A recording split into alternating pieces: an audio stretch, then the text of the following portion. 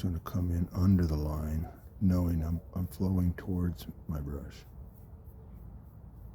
Slowly, and it loses moisture as it's going to flow slower. And then maybe you just get it right on where you want it. None of this matters here. I'm under the lines.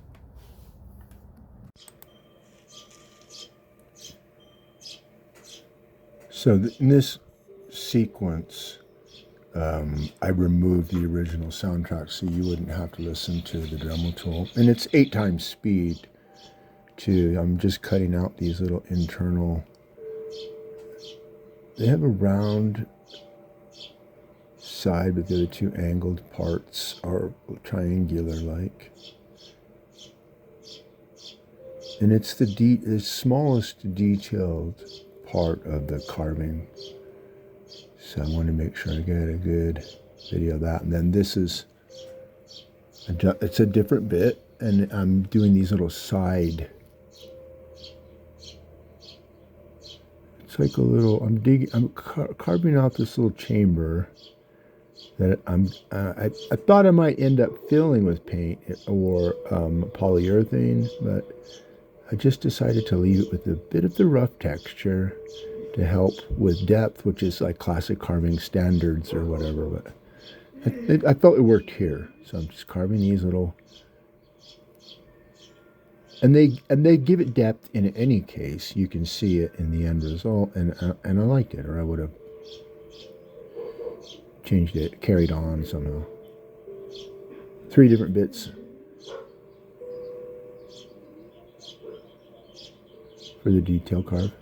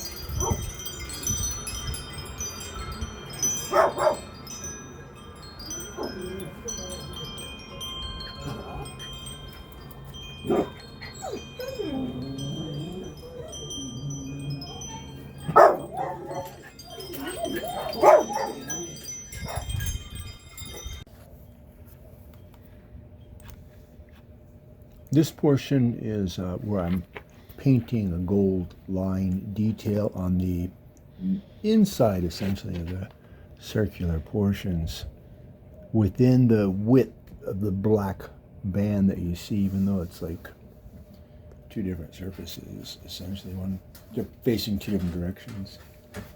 So what I wanted to explain partly too is the actual pattern itself. It's a geometric pattern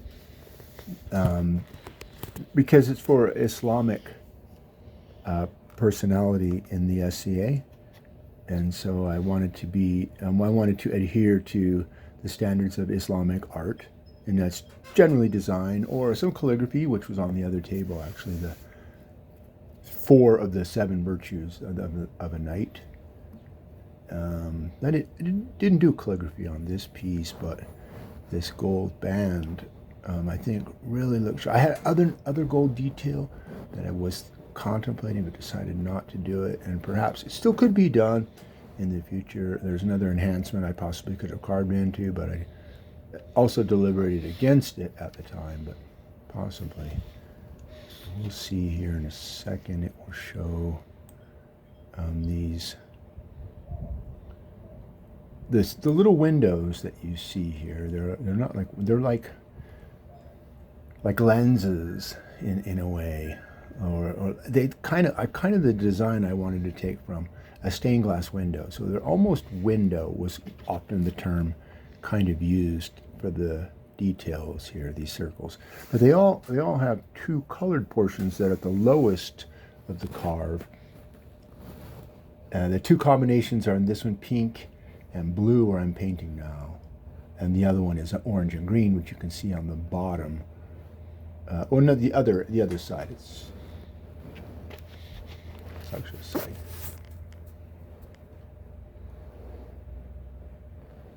So this thing.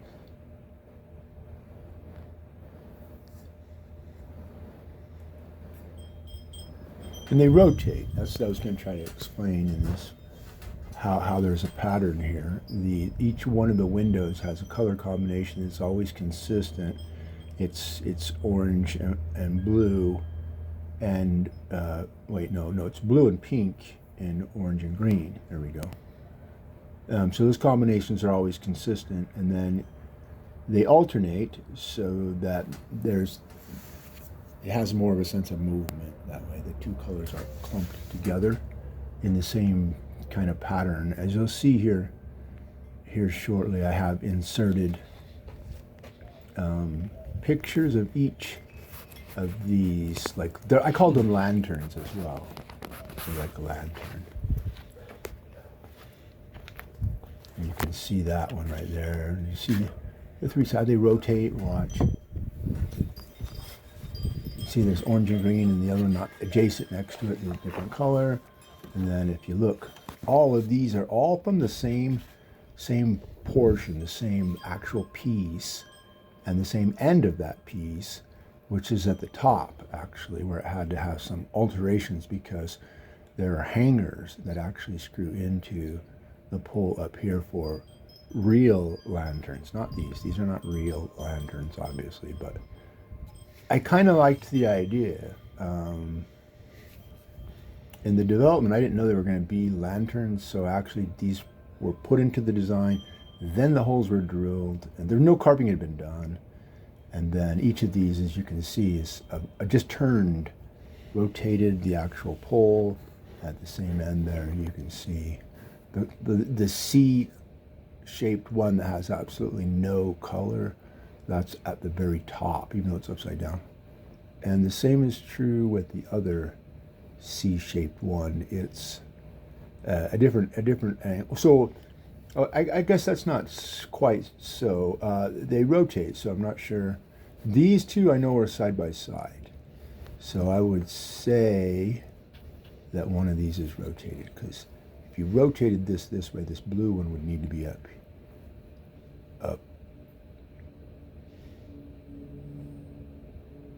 They're side by side. Yeah.